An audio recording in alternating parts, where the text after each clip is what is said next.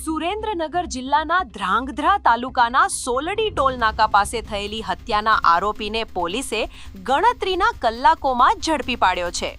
અમદાવાદ માળિયા highway પર અવાવરૂ જગ્યામાં દેહ વ્યાપારના ઈરાદે ભેગા થયેલા લોકો વચ્ચે બબાલ થઈ હતી. આરોપી મેરુ વિઠ્ઠલ વાઘેલાએ અન્ય મહિલાને લાવી ફરિયાદી સાથે કામ કરવાનું કહેતા ના પાડી હતી. આ બાબતે બોલાચાલી થતા અને મૃતકે આરોપીને 2 લાફા મારતા ઉશ્કેરાયેલા આરોપી મેરુએ પોતાની પાસે રહેલી છરીના જીવલેણ ઘા મારી હત્યા કરી નાખી હતી.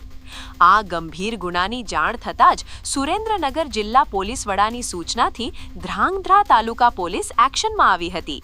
ઇન્ચાર્જ પીઆઈ NH ચુડાસમા અને તેમની અલગ અલગ ટીમોએ ટેકનિકલ અને હ્યુમન સોર્સની મદદથી ધોળીધારના રહેવાસી આરોપી મેરુ વાઘેલાને ગણતરીના કલાકોમાં ઝડપી પાડી ગુનાનો ભેદ ઉકેલી નાખ્યો છે.